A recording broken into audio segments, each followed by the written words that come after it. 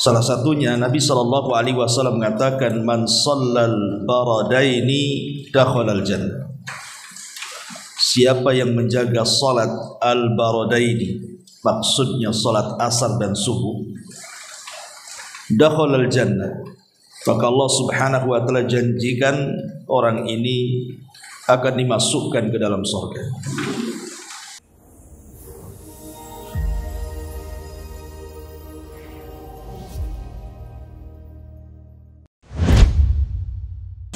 Bismillahirrahmanirrahim. Assalamualaikum warahmatullahi wabarakatuh. Alhamdulillah wassalatu wassalamu ala rasulillah wa ala alihi wa sahbihi wa mawalah wa la hawla wa la quwata illa billahi wa ba'd. Alhamdulillah, di pagi hari ini walaupun cuaca hujan, tapi insyaallah hujan juga membawa rahmat bagi kita dan tidak menyurutkan untuk tetap hadir di majelis ilmu. Salat dan juga salam tentunya kita hadiahkan kepada Rasul kita Nabi besar Muhammad sallallahu alaihi wa ala alihi wasallam. Ma'asyiral muslimat yang dimuliakan Allah Subhanahu wa taala. Pembahasan di pagi ini kita akan membahas amalan-amalan yang luar biasa keutamaannya kalau kita lakukan setelah sholat fajar sampai terbit matahari. Ma'asyiral muslimat yang dimuliakan Allah Azza wa Jal, sholat fajar sendiri adalah sholat yang sangat istimewa dalam Islam. Dan banyak sekali keutamaan kalau kita membahas tentang keutamaan salat fajar. Salah satunya Nabi SAW mengatakan, man shallal baradaini dakhalal jannah. Siapa yang menjaga salat al-baradaini, maksudnya salat asar dan subuh, dakhalal jannah, maka Allah Subhanahu wa taala janjikan orang ini akan dimasukkan ke dalam surga. Bahkan lebih daripada itu, keutamaan di dunia juga luar biasa. Kata Nabi sallallahu alaihi wasallam, man shallal fajra fahuwa fi dhimmatillah. Barang siapa yang menjaga salat fajar, maka dia akan berada dalam lindungan Allah Subhanahu wa taala. Jadi kalau kita melaksanakan salat subuh tepat waktu, tentu bagi laki-laki ke masjid, wanita cukup di rumah dan di masjid juga boleh, maka Allah Subhanahu wa taala memberikan jaminan satu hari itu Allah Subhanahu wa taala akan menjaga orang yang menjaga salat fajar. Artinya sepanjang hari mulai daripada subuh sampai terbenam matahari, maka tidak ada yang memadaratkan dia orang-orang yang menyakitinya. Entah orang yang hasad ketika hasad, orang yang dengki ketika dengki, orang yang hendak menyakiti ketika menyakiti, dan begitu seterusnya. Karena dia berada dalam penjagaan Allah Subhanahu wa taala. Bahkan Nabi sallallahu alaihi wasallam mengatakan, yata'aqabuna fikumul malaika, malaikatul laili wa malaikatun nahar, wa yajtami'una fi salatil fajri wa salatil asr.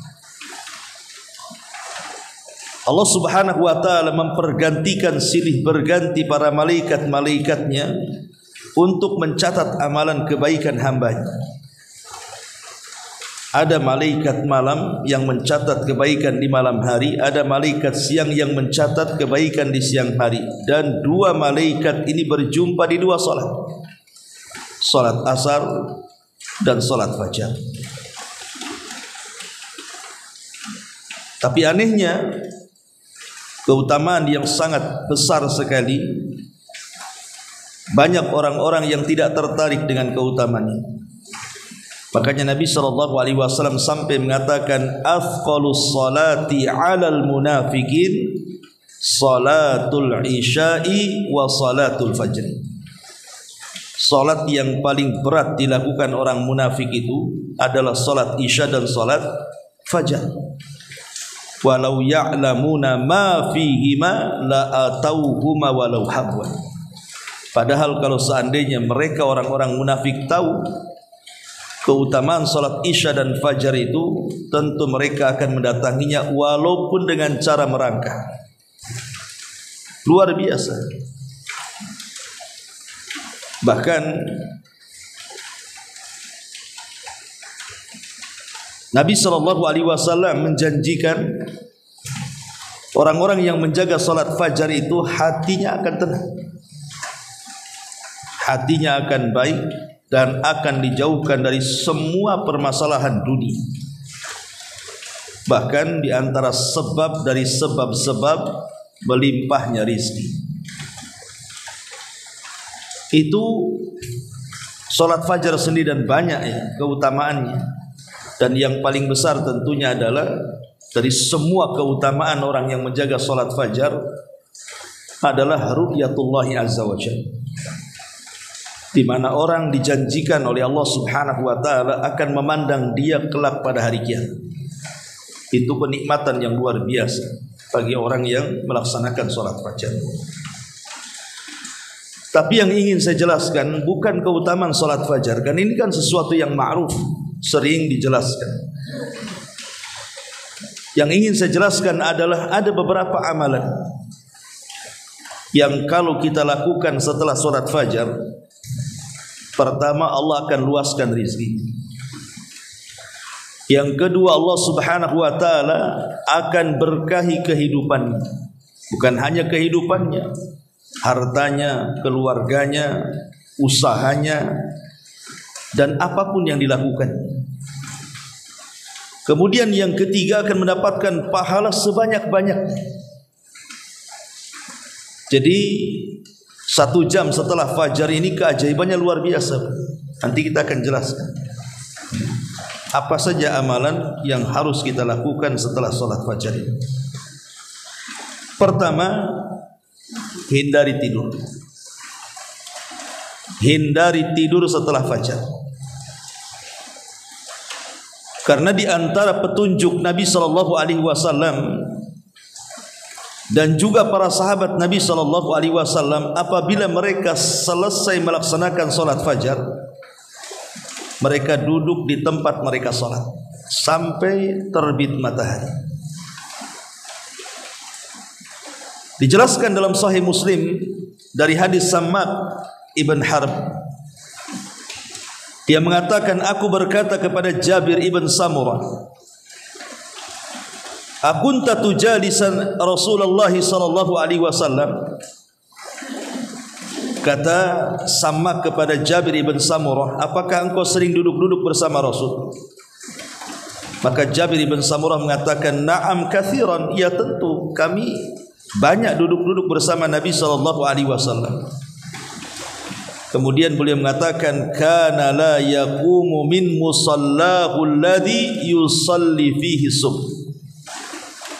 Kata Jabir ibn Samurah, Nabi itu tidak pernah berdiri pergi dari tempat salatnya selesai salat fajar, hatta tatlu asyams, sampai matahari terbit.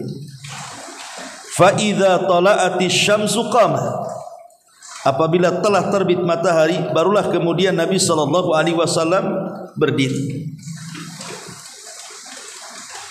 Kemudian Selepas itu para sahabat Nabi SAW mereka pun saling berbincang-bincang soal masalah-masalah jahiliyah yang dulu pernah mereka lakukan. Terkadang sebagian mereka tertawa dan tersenyum. Artinya bahwa tidak tidur setelah solat fajar dan tidak beranjak dari tempat solatnya itu kebiasaan Nabi. Itu kebiasaan para sahabat Nabi SAW. Bahkan Nabi SAW secara khusus mendoakan waktu ini. Apa kata Nabi SAW? Allahumma barik li ummati fi bukuriha. Ya Allah, berkahi umatku di waktu paginya. Bayangkan sampai ada doa khusus. Rasul memberkahi di waktu pagi. Artinya di sini orang-orang yang mereka tidur setelah subuh berarti tidak terkena doa Nabi di sini. Dan orang-orang yang terbangun setelah sholat subuh kemudian tidak beranjak dari tempatnya berarti dia terkena hadis ini. Dia akan mendapatkan banyak berkah dalam hidupnya. Makanya wajar kalau Nabi SAW sering saya jelaskan, kalau mengutus pasukan perang tidak pernah mengutus kecuali setelah fajar. Karena di situ adalah waktu berkah. Waktu yang sangat berkah sekali. Adapun hukum tidur setelah fajar itu sendiri menjadi khilaf ulama. Ada yang mengatakan makruh, ada yang mengatakan ya tidak ada masalah, tapi afdolnya tidak tidur. Tetapi kata Imam Ibnul Qayyim rahimahullahu ta'ala dalam kitabnya Zadul Ma'ad, dia mengatakan naumus subhi yamna'ur rizqa li'anna dhalika waqta tutlabu fihi al-khaliqatu arzakiha wa huwa waqtu qismatil arzak. Tidur setelah subuh kata Imam Ibnul Qayyim rahimahullahu ta'ala itu bisa mencegah rizki. Karena di waktu itu Allah Subhanahu wa ta'ala sedang membagi-bagikan rizkinya kepada hambanya. Dan senada dengan yang dikatakan Al-Hafidh Ibnu Hajar rahimahullahu ta'ala dalam kitabnya Fathul Bari, wa qad warada anna rizqa yuqassamu ba'da salati subhi wa annal a'mal turfa akhirun nahari. Dan telah datang riwayat bahwa rizki itu Allah bagi setelah sholat subuh, dan amal itu akan diangkat di akhir siang, waktunya di waktu asar. Maka kalau kita melihat ya, jangan cerita ajaran Islam. Saya pernah mengajar di Singapura. Saya lihat orang-orang sana ya, itu pagi-pagi buta itu sudah bangun. Kemudian mereka pun sudah pada keluar, dan jalan mereka lebih cepat daripada jalan kita. Kalau kita jalan santai-santai, dia sibuk sekali. Untuk apa coba? Untuk mengejar rezeki. Dan itu mereka bukan hanya orang Islam, orang-orang kafir. Dan Allah Subhanahu wa ta'ala berikan rizki pada mereka. Kalau orang-orang kafir saja Allah berikan rizki di waktu pagi mereka, harusnya yang harus dilakukan perkara ini kita orang Islam harusnya, bukan mereka. Karena memang ini ajaran Islam masalahnya. Berpagi-pagi mengejar rizki itu ajaran Islam. Karena Nabi SAW yang bersabda dan mendoakan khusus umatnya, Allahumma barik li ummati fi bukuriha. Ya Allah, berkahi umatku di waktu paginya. Maka amalan yang pertama, jangan tidur setelah fajar. Apalagi ada hadis yang disebutkan oleh Imam Ibn Hibban dalam sahihnya. Nabi SAW satu hari lewat, kemudian dilihatnya Fatimah sedang berbaring. Maka Nabi SAW mengatakan kepada Fatimah, ya Fatimah, qumi washhadi rizqa rabbik. Wahai Fatimah, jangan malas, bangun, kejar rizki Rabb. Wala takuni minal ghafilin, dan janganlah engkau termasuk hamba-hamba Allah yang lalai. Fa innallaha yuqassimu arzaqan nas ma baina tulu'il fajri ila tulu'i syamsi. Karena Allah Subhanahu wa taala sedang membagi-bagi rizkinya mulai dari terbit fajar sampai tenggelam matahari. Hadis ini dikeluarkan Al-Imam Baihaqi. Lihat, dalam riwayat Rasul mengatakan baqirul ghadaw ay as-sabah fi talabir rizqi fa innal al-ghudwa barakatun wa najahun. Kata Nabi SAW, berpagi-pagilah kalian mengejar rizki, karena berpagi-pagi mengejar rizki itu adalah keberkahan dan keselamatan. Lihat bagaimana Nabi SAW mengajarkan kepada umatnya untuk tidak malas maksudnya. Maka sebaiknya seorang muslim tidak tidur setelah fajar. Ini yang pertama. Yang kedua, banyak-banyaklah mengucapkan doa yang agung sekali. Doa ini doa yang sangat berkah. Kalau bisa ibu hafalkan, karena pendek masalahnya. Dan doa ini mencakup semua keutamaan. Kalau ibu baca itu, tidak tersisa keutamaan kecuali ada pada doa ini. Doa ini disebutkan di dalam Sahih, di mana Nabi SAW pernah mengajarkan doa ini kepada salah satu istrinya namanya Juwairiyah. Jadi saat Nabi SAW berangkat untuk melaksanakan solat fajar, maka Juwairiyah solat di rumahnya. Kemudian kebiasaan Rasul tidak pulang setelah solat fajar sampai waktu duha, sampai terbit matahari dan meninggi. Maka setelah itu Rasul SAW pulang dan menemui salah satu istrinya Juwairiyah. Kemudian kata Nabi SAW, ya Juwairiyah, engkau tidak beranjak dari tempat solat? Pamannya ibu di rumah ada musola khusus, ataupun tidak ada musola khusus, mungkin ada sejadah yang biasa dibentangkan kalau solat ya di situ, udah pindah-pindah gitu maksudnya. Ibu solat subuh di situ, kemudian tidak beranjak dari atas sajadah itu. Entah baca Quran, entah berzikir, entah apalah istilahnya dari ketaatan kepada Allah Subhanahu wa taala sampai waktu duha. Terbit matahari meninggi satu tombak, awal waktu duha. Jadi Nabi SAW bertanya, apa engkau tidak beranjak dari tempatmu ini? Maka kata Juwairiyah, na'am ya wahai Rasul. Maka Nabi SAW, ya Juwairiyah, kalau seandainya engkau membaca zikir ini diulang 3 kali, itu sebanding dengan duduknya engkau mulai dari tadi subuh sampai waktu duha, kau habiskan untuk ibadah.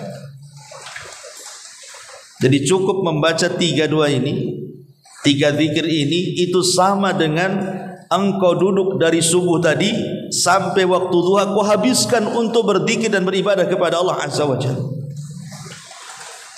Kemudian kata Juwairiyah, tentu wahai Rasul, ajarkan zikir ini.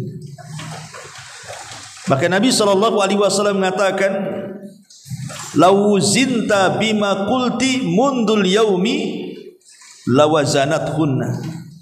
Kalau engkau membaca zikir ini, maka sebanding dengan apapun yang kau baca sejak subuh sampai duha tadi. Kau baca apa tadi? Umpamanya subhanallah 100 kali, takbir 100 kali, tahlil 100 kali, tapi cukup membaca 3 kali zikir ini sama dengan kau yang lakukan tadi. Kata Nabi SAW, kuli katakan ya Juwairiyah, subhanallah wa bihamdi adada khalqi wa ridha nafsi wa zinata arsy wa midada kalimati. Pendek. Ada 3 riwayat. Bisa riwayatnya seperti ini, subhanallah wa bihamdihi adada khalqihi wa ridha nafsihi wa zinata arsyihi wa midada kalimatihi. Atau riwayat yang kedua, subhanallah adada khalqi, subhanallah wa ridha nafsi, subhanallah wa zinata arsy, subhanallah wa midada kalimati. Atau riwayat yang ketiga, subhanallah wa bihamdi adada khalqi, subhanallah wa bihamdi wa ridha nafsi, subhanallah wa bihamdi zinata arsy, subhanallah wa bihamdi wa midada kalimati. Jadi bisa ibu membaca dengan 3 lafaz. Saya ulang, bisa ibu baca subhanallah wa bihamdihi adada khalqi wa ridha nafsi wa zinata arsy wa midada kalimati. Ini satu lafaz. Atau lafaz yang kedua, subhanallah adada khalqi, subhanallah wa ridha nafsi, subhanallah wa zinata arsy, subhanallah wa midada kalimati. Atau yang ketiga, subhanallah wa bihamdi adada khalqi, subhanallah wa bihamdihi wa ridha nafsi, subhanallah wa bihamdihi wa zinata arsy, subhanallah wa bihamdihi wa midada kalimati. Terserah mau ambil lafaz yang mana. Tapi lihat bagaimana isi kandungannya ini. Isi maknanya luar biasa. Subhanallah wa bihamdihi adada khalqi. Maha suci Allah, aku memujinya. Adada khalqi, sebanyak makhluk yang Allah ciptakan. Siapa yang tahu berapa jumlah makhluk Allah? Enggak ada yang tahu. Yang tampak saja kita tidak tahu jumlahnya. Satu makhluk saja kita tidak tahu jumlahnya. Semut tahu jumlahnya? Tidak ada yang tahu. Apalagi semua hewan yang ada di daratan, yang ada di lautan, apalagi bebatuannya, kerikilnya, berapa jumlahnya, siapa yang tahu? Belum lagi manusianya, belum lagi jinnya, belum lagi malaikatnya. Maha suci Allah, aku memujinya sebanyak makhluk yang diciptakan.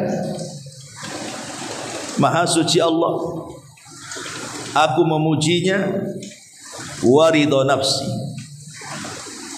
sejauh keredoannya.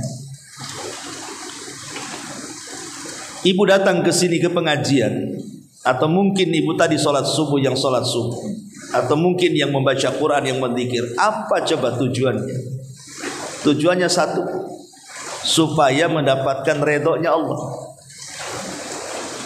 Dan kalau Allah sudah redho dengan kita, bu, itu semua akan dilapangkan hidup kita. Kalau Allah sudah redho dengan kita, kita akan dilapangkan hidup. Makanya di sini Maha suci Allah, aku memujinya sejauh keredhoannya, kerelaannya.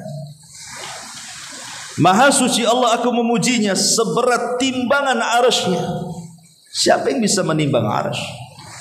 Makhluk yang sangat besar, bahkan makhluk terbesar. Tidak ada makhluk yang lebih besar melebihi arsyur Rahman, arsy-Nya Allah. Karena kalau seandainya kita bandingkan seluruh langit dan bumi serta kursinya, kemudian dibandingkan dengan arsy-Nya, sama dengan melempar cincin di padang pasir. Cincin itulah kursi, dan seluruh langit dan buminya, padang pasir itu arsy-Nya. Siapa yang bisa menimbang arsy? Tidak ada yang bisa. Maha suci Allah, aku memujinya seberat timbangan arsy. Seberapa berat timbangan arsy? Tidak ada yang bisa menimbang arsy. kecuali Allah Subhanahu wa taala. Maha suci Allah, aku memujinya sebanyak tinta tulisan kalimat-kalimatnya. Bahkan Al-Quran mengatakan, kalau seluruh pohon yang ada di bumi ini ibu jadikan pena. Berapa banyak tuh? Semua pohon yang ada di bumi ini ibu jadikan pena. Kemudian tintanya 7 lautan untuk menulis kalimat-kalimat Allah, ma nafidat kalimatu, tidak akan selesai kalimat-kalimat itu ditulis. Walaupun 7 lautan menjadi tintanya, seluruh pohon menjadi penanya untuk menulis, itu lautan sudah habis, sudah tidak bertinta lagi. Kalimat-kalimat Allah tidak bisa kita tulis lagi. Masih banyak lagi kalimat-kalimat. Lihat bagaimana kandungan zikir ini, Bu, ini luar biasa. Makanya ulama sangat menganjurkan, sebenarnya bukan hanya dibaca selepas subuh saja, dibaca kapan saja. Tetapi kalau seandainya dibaca setelah subuh itu lebih baik lagi, karena memang Rasul mengajarkan zikir ini kepada Juwairiyah setelah sholat subuh, ya. Dan ini juga kalau seandainya mungkin satu waktu ibu tidak bisa duduk dari mulai subuh sampai duha karena mungkin lelah letih, malamnya capek gitu ya, atau kemarin ibu kerja kurang istirahat, maka ibu bisa baca zikir ini kan 3 kali. Itu sudah cukup, sama dengan ibu duduk dari subuh sampai terbit matahari kan. Ya, tapi tentu orang yang duduk dari subuh sampai terbit matahari dengan berbagai macam ibadah yang dilakukan plus dengan zikir ini jauh lebih baik maksudnya. Tapi kan waktu-waktu tertentu kadang-kadang kita malas, ya, karena lelah letih, akhirnya kita pengen tidur, pengen istirahat. Minimalnya baca zikir ini, itu maksudnya, karena ini sudah bisa mencukupkan semuanya tadi. Kalau seandainya ibu berzikir nih, baca subhanallah 100 kali, takbir 100 kali, tahlil 100 kali, semua dibuat 100 kali atau lebih daripada 100 kali, dengan membaca zikir ini sudah mewakili semuanya. Luar biasa, ya. Dan zikir ini mudah dihafal. Subhanallah wa bihamdihi adada khalqi wa ridha nafsi wa zinata arsy wa midada kalimati. Kan pendek kan ya. Masa enggak hafal? Kalau uang aja hafal, zikir masa tak hafal, ya. Jadi ini yang kedua, jangan tinggalkan zikir ini. Tentu ini selain zikir daripada pagi dan petang kan, ya. Karena zikir ini ibu akan meraup pahala sebanyak-banyaknya. Bayangkan, sebanyak makhluk yang diciptakan, sebanyak keridhaannya, seberat arasnya, sebanyak kalimat-kalimat yang dituliskan. Berapa tuh pahala yang akan didapat coba? Ini yang kedua, jangan pernah tinggalkan zikir ini. Yang ketiga, amalan di waktu selepas subuh itu adalah jangan pernah meninggalkan sholat syuruk. Yang sering saya jelaskan, sholat syuruk itu sholat 2 rakaat selepas matahari terbit meninggi 1 tombak.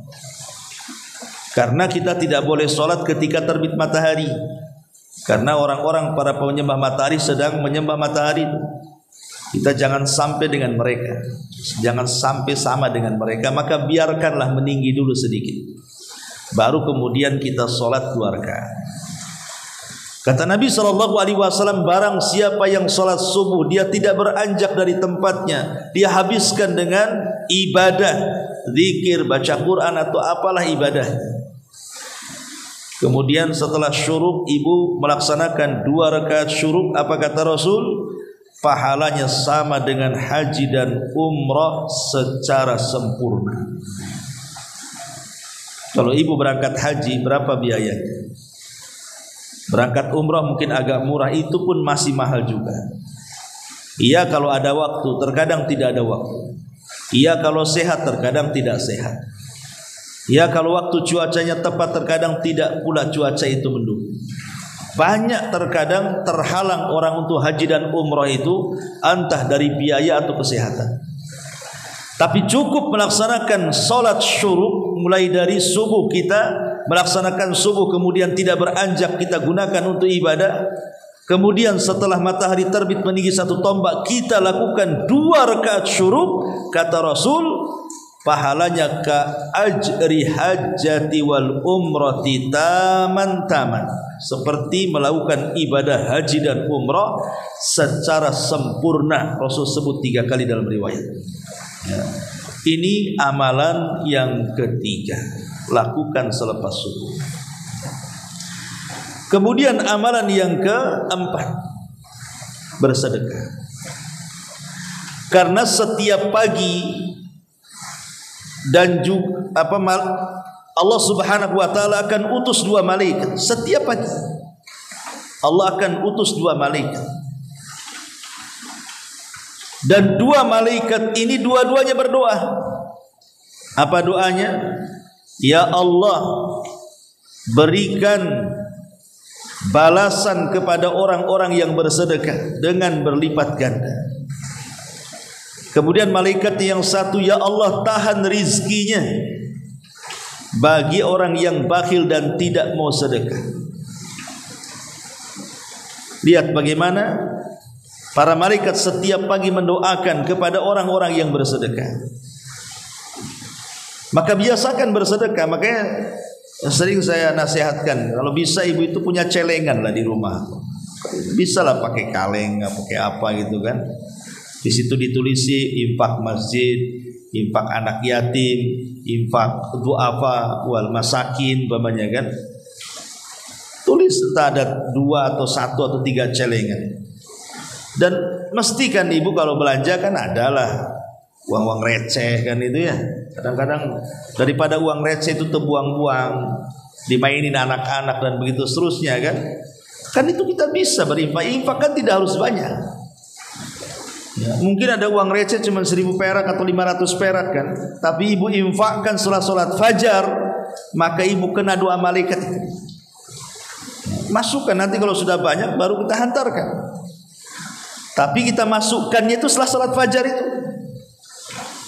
Maka malaikat ketika itu berdoa. Kalau seandainya kemudian ketika ibu masukkan tuh entah uang 1000 perak atau 2000 perak setelah sholat fajar bertepatan dengan doanya malaikat, berapa rizki yang ibu akan dapat coba? Karena lipatan orang infak itu 700 kali lipat dari yang kita infakkan. Itu kalau 1 kali infak. Kalau setiap hari infak, walaupun tidak banyak kan, pasti Allah Subhanahu wa taala akan berikan rizki dari arah yang tidak disangka-sangka. Ini amalan yang keempat. Amalan yang kelima, perbanyak istighfar. Kalau ingin diluaskan rizkinya, maka baca istighfar setelah subuh. Perbanyak baca istighfar. Astagfirullah, astagfirullah, astagfirullah. Karena istighfar sendiri di dalam Al-Quranul Karim adalah satu di antara sekian kunci pembuka rizki. Nabi Allah Subhanahu wa taala berfirman ketika mengkisahkan Nabi Nuh alaihi salatu wassalam. Apa kata Nuh kepada kaumnya? Faqul tustaghfiru rabbakum innahu kana ghafar. Yursilis samaa 'alaikum midrara wa yumdidkum bi amwalin wa banin wa yaj'al lakum jannatin wa yaj'al lakum anhar.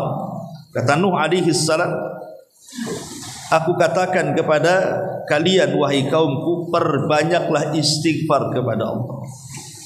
Karena Allah itu zat yang maha pengampun kepada kalian. Maka siapa yang banyak-banyak istighfar, kata Nuh kepada kaumnya, yursilis sama alaikum midrar, Allah akan hujani kalian.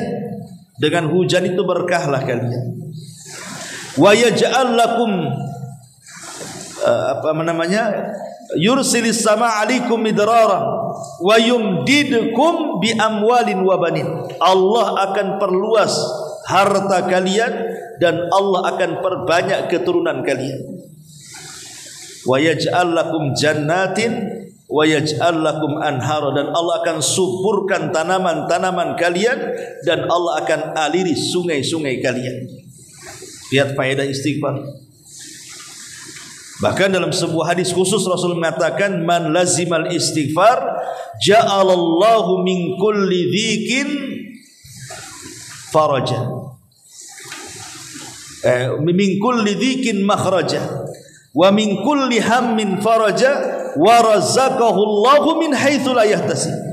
Kata Rasul, barang siapa yang melazimkan istighfar, maka Allah akan keluarkan dari kesempitan kepada kelapangan, dari kebingungan kepada kebahagiaan, dan Allah berikan rizki dari arah yang tidak disangka-sangka. Maka kalau ingin diluaskan rizkinya, diberkahi rizkinya, perbanyak istighfar. Ini sudah amalan kelima. Ya. Amalan keenam, baca Quran. Karena baca Quran sendiri selain daripada menghilangkan setan dalam rumah, dan kalau setan keluar dari rumahmu, maka rumah kita akan tenang. Yang membuat rumah kita tidak tenang itu karena ada setannya di situ. Yang membuat rumah kita tidak ada berkahnya karena ada setannya di situ. Makanya sering saya nasihatkan, Bu, ada 2 amalan supaya rumah kita berkah. Jangan pernah ditinggalkan. Pertama, masuk rumah baca basmalah. Yang kedua, masuk rumah jangan lupakan salam. Kata Syekh Abdul Razak Al-Badr hafizahullah ta'ala, kalau tidak meninggalkan 2 perkara ini, Bu, maka ibu akan mendapatkan berkah yang banyak dalam rumah. Apa sulitnya coba? Pulang dari pengajian, masuk rumah, buka pintu, bismillah. Cuma ngomong bismillah gitu doang. Kemudian ketemu keluarga, assalamualaikum. Walaupun tidak ada keluarga tetap salam, karena malaikat yang menjawabnya. Maka dalam hadis Nabi menganjurkan kepada Anas bin Malik kan, hai Anas, kalau engkau pulang kepada keluargamu, fasallim, ucapkan salam. Yakunu barakatan alaika wa barakatan fi ahli, akan menjadi berkah untukmu dan berkah kepada keluargamu. Salam dan baca bismillah juga sama, karena kita tawasul dengan nama Allah. Bahkan Rasul mengatakan, apabila seseorang masuk ke dalam rumahnya dan dia tidak membaca basmalah, maka di malam hari syaitan akan berkata kepada pasukannya, kemarilah kalian, di rumah ini ada tempat menginap untuk kalian. Dan kalau dia ketika makan tidak baca basmalah, maka syaitan akan bicara lagi, bukan hanya tempat penginapan, kalian juga akan dapat makan malam. Bayangkan kalau ibu tidak baca basmalah ketika masuk rumah, tidak baca basmalah ketika makan dan minum, berapa setan tuh isinya tuh di rumah kita. Makanya nggak akan berkah-berkah rumahnya kan. Makanya penting baca Quran, karena ada hadis yang mengatakan dari Anas bin Malik radhiyallahu an, innal baita alladhi yuqra'u fihi al-Quran yaksuru khairuhu wal baitul ladzi la yuqra'u fihi al-Qur'an yakillu khairu. Kata Nabi SAW, rumah yang dibacakan Al-Quran maka kebaikannya akan diperbanyak, dan rumah yang jarang baca Quran akan disedikitkan kebaikannya.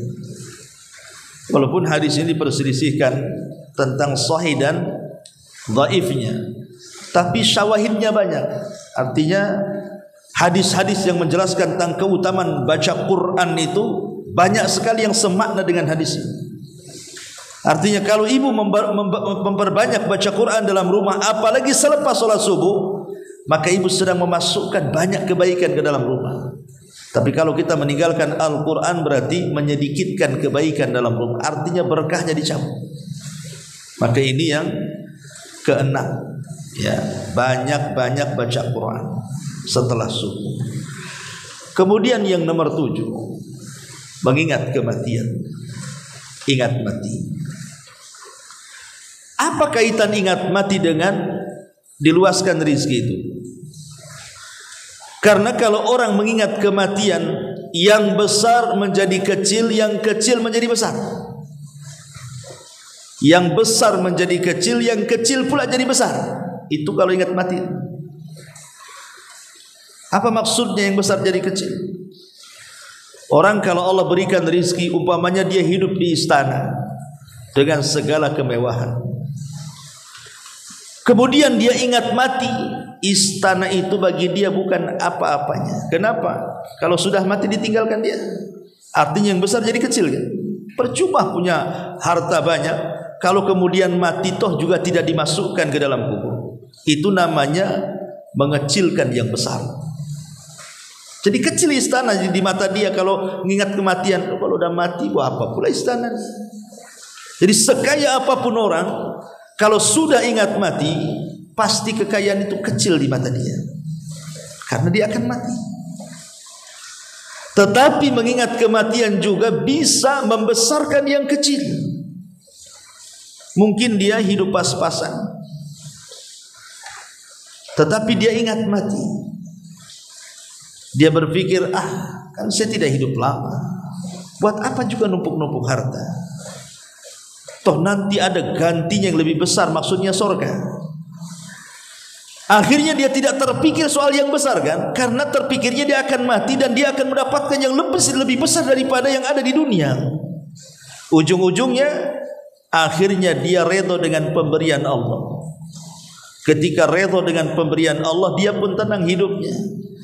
Makanya Nabi SAW mengatakan, man asbaha aminan fi syirbihi mu'afan fi jasadihi walahu qutu yaumihi faka'annama hizat lahu dunya, kata Rasul. Barang siapa yang bangun di pagi harinya, dia merasa aman, dia dan keluarganya, tidak ada yang sakit, anak-anaknya tidak ada yang nakal, aman, tidak ada masalah, tetangga tidak ada yang ganggu, aman. Mu'afan fi jasadihi, Allah sehatkan badan dia, tidak ada penyakit. Walahu qutu yaumihi, dan adalah yang dimakan untuk hari itu. Faka'annamat hizat lahu dunya, seolah-olah dia sudah menggenggam dunia bihadzafiriha, dengan genggaman tangannya. Karena orang hidup di dunia ini kan cuman ini saja yang ibu rasakan. Kalau ibu dapat 3 perkara ini pasti tenang. Pertama, ibu aman, tidak disakiti suami, tidak disakiti anak-anak, tidak disakiti tetangga. Plong hidupnya kan, tenang hidupnya. Itu yang ibu cari kan. Kemudian yang kedua, sehat badannya. Orang kalau sakit buat apa kaya? Sakit dia. Makan pun pilih-pilih, akhirnya nikmat Allah terkurangi gara-gara sakit. Tapi kalau badan apalagi sudah faktor U ya, sudah di atas 50-60 tuh, itu kalau bangun sehat itu senang kan? Sebab kalau sudah faktor U itu bangun sudah sakit pinggang sana pinggang sini, itu dah gak kerasan kita hidup tuh. Ingatnya kalau nggak apotek ya rumah sakit kan gitu. Apalagi yang diingat konsultasi dokter. Kemudian ada yang dimakan, nggak pusing dengan kira-kira besok makan apa. Ada yang dimakan walaupun untuk hari itu saja. Ibu sudah menggenggam dunia tuh, apa yang dicari itulah. Sebab kalau salah satu dari 3 perkara ini hilang, lenyap dari diri kita, nggak tenang hidup kita tuh. Oke lah, dia cukup makan, cukup sehatnya, tapi tidak aman hidupnya, disakiti dengan pasangannya, stres hidupnya kan. Oke, pasangan bagus, anak-anak bagus, tidak ada masalah, tapi ibu stroke, apa-apa juga kan begitu. Oke lah, ibu sehat, kemudian aman semuanya, tak ada pula yang dimakan, stres juga kan begitu ya. Tapi kalau 3-tiganya ada, amanlah dunia itu maksudnya. Dan itu dengan cara apa? Zikrul maut, berawal dari mengingat kematian, berakhir dengan redha dengan pemberian. Jadi awalnya mengingat kematian, akhirnya redha dengan pemberian. Maka mengingat mati itu juga salah satunya adalah meluaskan rizki. Maksudnya rizki hati, ya, karena sekaya-kayanya manusia adalah yang kaya hatinya. Kata Nabi SAW, sekaya-kaya manusia itu yang kaya hatinya, bukan yang kaya harta bendanya. Ini amalan yang ketujuh. Dan yang terakhir, amalan yang dianjurkan selepas subuh adalah berdoa. Minta kepada Allah. Pamannya ibu di rumah nih habis sholat subuh tidak beranjak, nanti suami jam 7 keluar mau cari kerja. Ibu berdoa kepada Allah, ya Allah, langkahkan suami saya supaya dia dapat rizki yang baik, rizki yang halal, dimudahkan langkahnya, dimudahkan rizkinya, pulang dengan selamat. Begitu Bu. Karena itu rahasia rizki kita ada di situ tuh masalahnya. Doakan suami yang mau pergi kerja tuh, supaya selamat di perjalanannya, sehat badannya, balik lagi dengan selamat, menyenangkan keluarganya. Berdoa banyak-banyak. Itu waktunya waktu berdoa tuh. Karena itu waktu berkah. Makanya di sini jangan pernah tinggalkan 8 amalan ini. Inilah di antara keajaiban 1 jam selepas subuh, ya. Wallahu a'lam bishawab. Ini yang bisa saya sampaikan. Dan kalau ibu mau mengamalkan 8 perkara ini, luaslah rizki kita, banyaklah berkah kita, dan ibu akan mendulang pahala sebanyak-banyaknya. Taib, sebelum saya tutup, kalau ada yang bertanya silakan.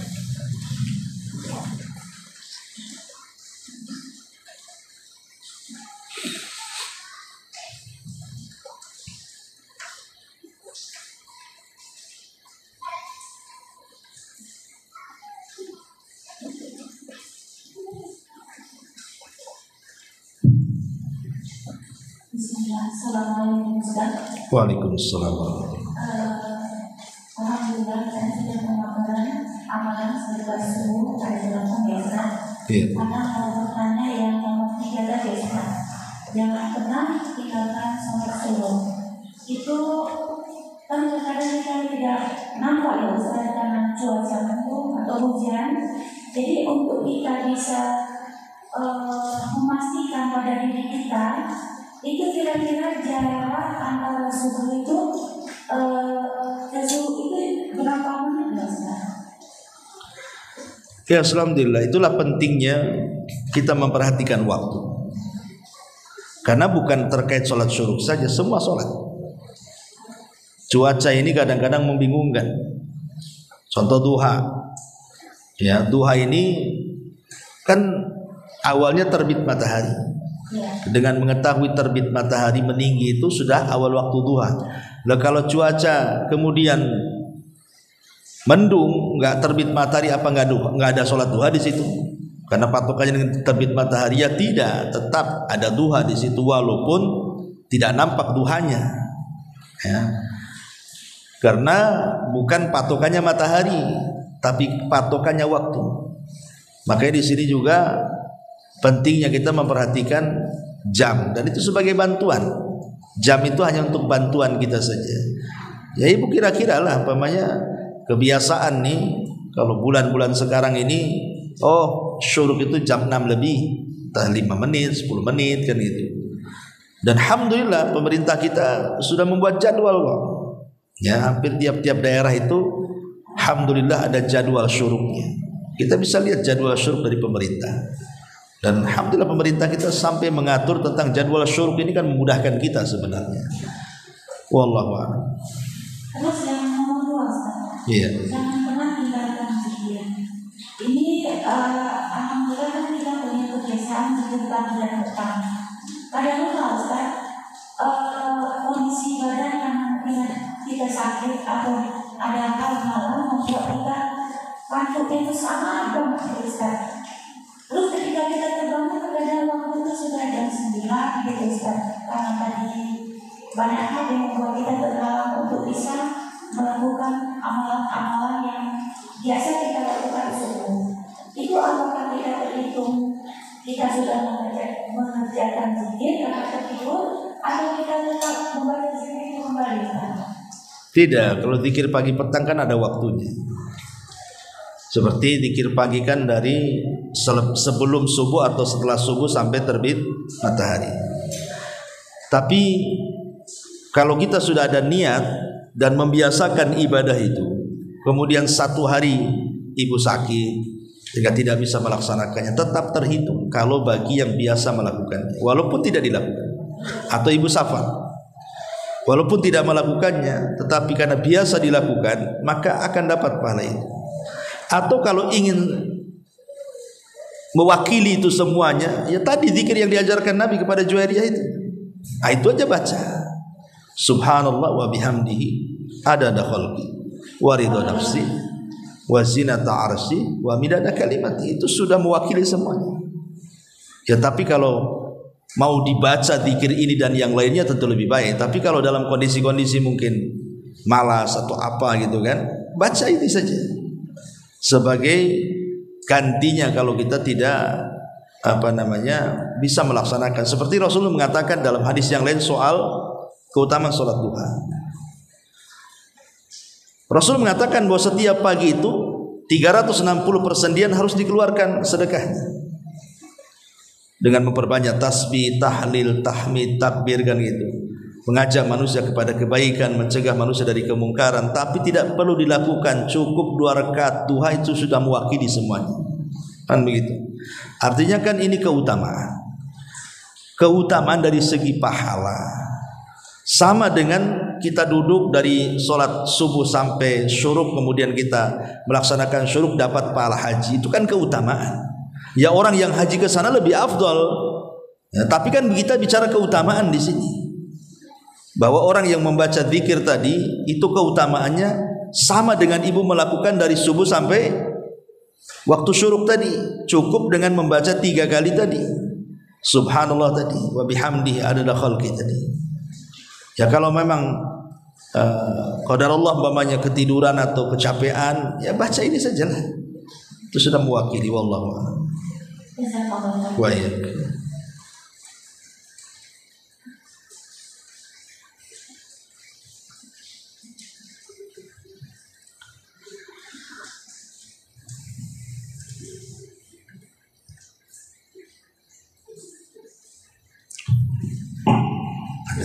Iya.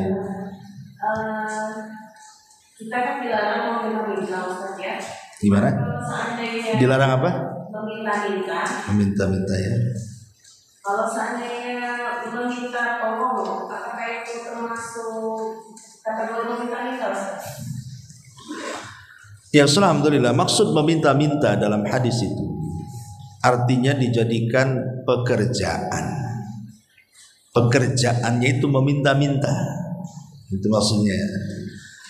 Tapi kalau dalam kondisi ada hajat dan keperluan, sekali ya bukan meminta-minta artinya. Maksudnya meminta-minta di sini dijadikan pekerjaan dia. Dia malas intinya sebenarnya. Malas akhirnya jadi meminta-minta. Makanya kemudian Islam itu hanya membatasi bolehnya meminta-minta itu kepada 3 orang saja. Pertama orang miskin dan disaksikan kemiskinannya oleh orang-orang, dia orang miskin kan itu ya.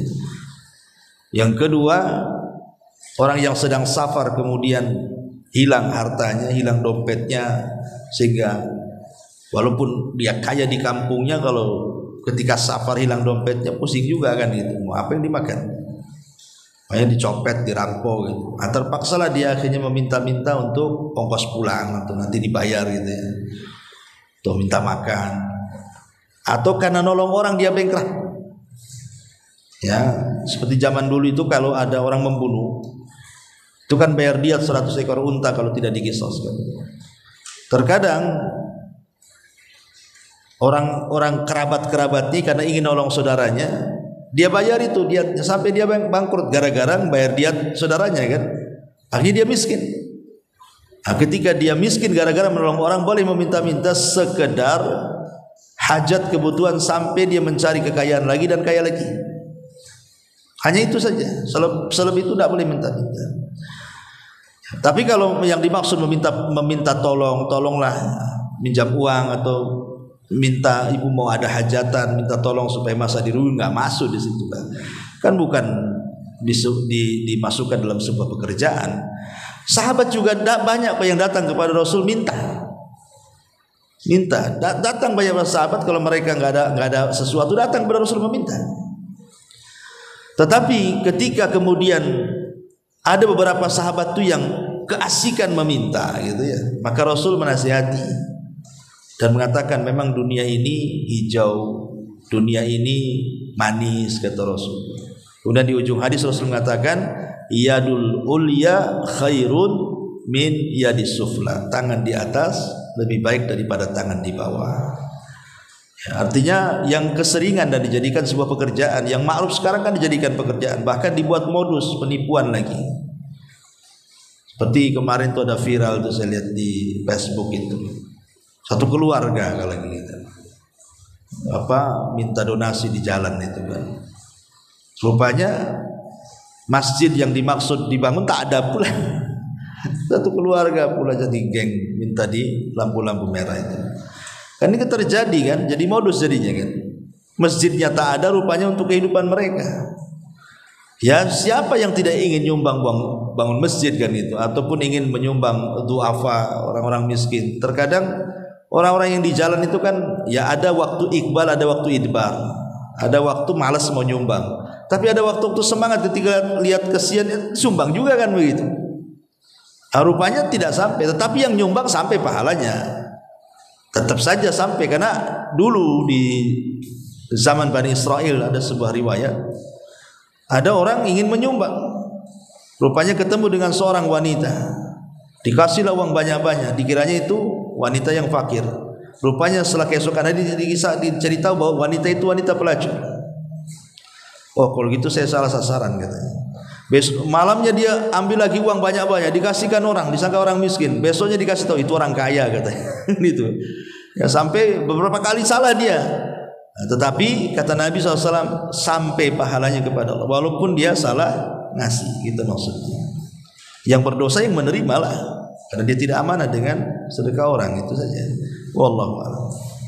Tapi termasuk juga meminta-minta yang di luar pekerjaan itu, kebiasaan misalnya orang sedang safar yang lupa oleh-oleh atau meminta ketika dia barang bagus, mau nggak ini, minta ini, itu termasuk kategori hadis yang meminta-minta itu Ustaz ya?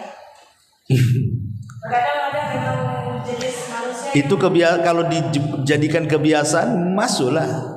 Kalau jadi kebiasaan ya.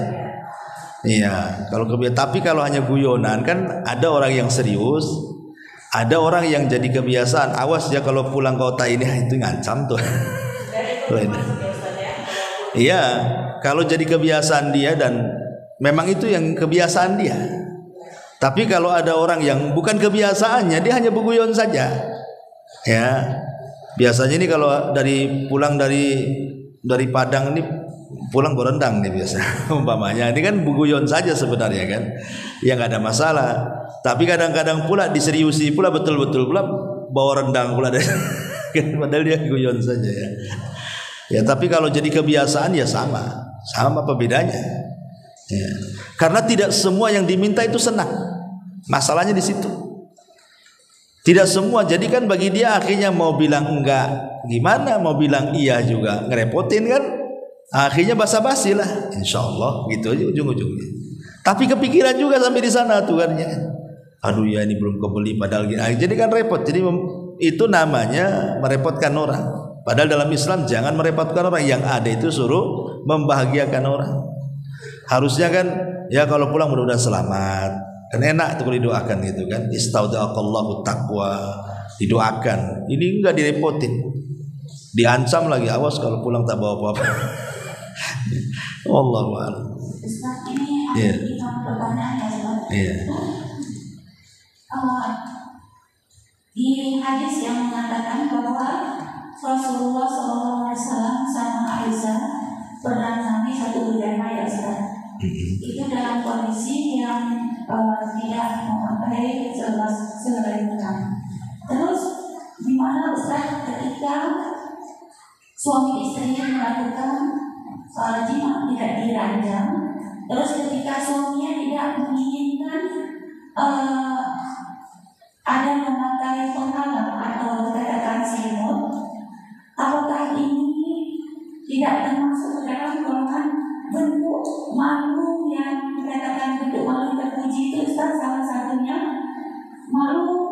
kepada malaikat. Itu dengan apa diperbolehkan, Ustaz? Iya, melakukan hubungan di kamar mandi. Kalau melihat hadis Rasul bersama Aisyah dalam satu bejana, itu dibolehkan. Ya, cuman kan waktu itu Aisyah sedang haid saja. Tapi kan Rasul mencumbui Aisyah di situ. Artinya secara hukum sah-sah saja boleh. Karena ketika masuk kamar mandi kan kita sudah baca doa. Artinya ketika kita melakukan hubungan nggak ada yang melihat. Setan pun tak ada yang melihat. Nah di situ. Dan dibolehkan hukumnya, tidak ada masalah. Boleh, Ustaz? Boleh, tapi kalau tidak sedang haid kan gitu ya. Tapi kalau sedang haid dia hanya sekedar bercumbu saja, tidak boleh sampai melakukan hubungan. Lah dengan Rasul itu berada dalam satu bejana itu menunjukkan bolehnya kita melakukan hubungan di kamar mandi kan gitu. Karena ketika kita masuk aja sudah tahu di situ. Artinya setan tidak mungkin melihat. Jangan lagi melakukan hubungan. Tidak melakukan hubungan pun kalau tidak ta'awud kan tetap setan akan melihat aurat kita. Bahkan Syekh Abdullah Imam itu mengarang satu buku namanya Alamul Jin. Wah kamu. Di antara sukanya jin yang disebut dengan jinul asyik itu kepada manusia itu karena salah satu penyebabnya kita masuk khala, masuk kamar mandi itu tidak pernah ta'awud, tidak pernah berlindung. Makanya aurat kita hari-hari ditengok mereka, akhirnya mereka jatuh cinta dengan kita. Dan kalau mereka sudah jatuh cinta dengan kita, dia tidak akan melepaskan kita, akan mengganggu kita terus. Makanya penting masuk ke ruangan-ruangan yang seperti itu memperbanyak ta'awud, karena memang itu tempatnya setan kan. Rasul yang mengatakan minal khubthi wal khaba'is, itu tempatnya khubthi dan tempat khaba'is itu. Setan laki-laki dan perempuan di sini. Ya kalau yang masuk perempuan ya digoda yang laki-laki, pemasuk laki-laki ya digoda yang perempuan. Kalau yang LGBT ya mungkin sama juga. Setan LGBT yang ganggu di situ ya. Wallahu a'lam. Yang kita mandi, Ustaz, ketika kita melakukan diranjang gimana, Ustaz? Tidak memakai penutup? Ya kan dianjurkan kita ta'awud supaya setan tidak ikut terlibat di situ. Tapi para ulama ketika membahas apa maksudnya ketika suami istri melakukan hubungan dan dia tidak ta'awud, tidak mengatakan Allahumma jannibi syaitan wa jannibi ma razaqtana, ya, wa jannibi syaitan ala ma razaqtana itu. Kemudian dia langsung main saja. Kemudian setan ikut di situ. Apakah kemudian mempengaruhi anak turunannya? Ya tidak. Ulama mengatakan tidak, karena biologis setan kan beda dengan kita. Ya, mereka tercipta dari apa, kita tercipta dari apa. Cuman mereka ikut serta saja di situ, tapi tidak mempengaruhi kepada keturunan. Pamannya gara-gara ketika berhubungan tidak pernah baca basmalah ta'awud, akhirnya anaknya separuh setan separuh manusia. Enggak, ya tetap manusia dia. Ya, tetapi boleh jadi mungkin mempengaruhi ketabiatnya ialah, ya mungkin karena salah satu teori mencetak anak soleh itu ya bukan hanya ketika mencari jodoh saja, saat berhubungan juga dengan memperbanyak doa. Allahumma jannibi syaitan wa jannibi syaitan ala ma razaqtana tadi. Wallahu a'lam. Wa iya. Baik, sampai di sini. Subhanakallahumma bihamdika asyhadu an la ilaha illa anta astaghfiruka wa atubu ilaik. Intinya bahwa tolong berakhlak kepada Allah. Membahas tafsir dari surah Al-Imran. Lahirlah Imam Muslim, Abi Dawud, Tirmidzi, Ibnu Hibban. Jadi ketika Yunus alaihi salatu wassalam terkena undian itu,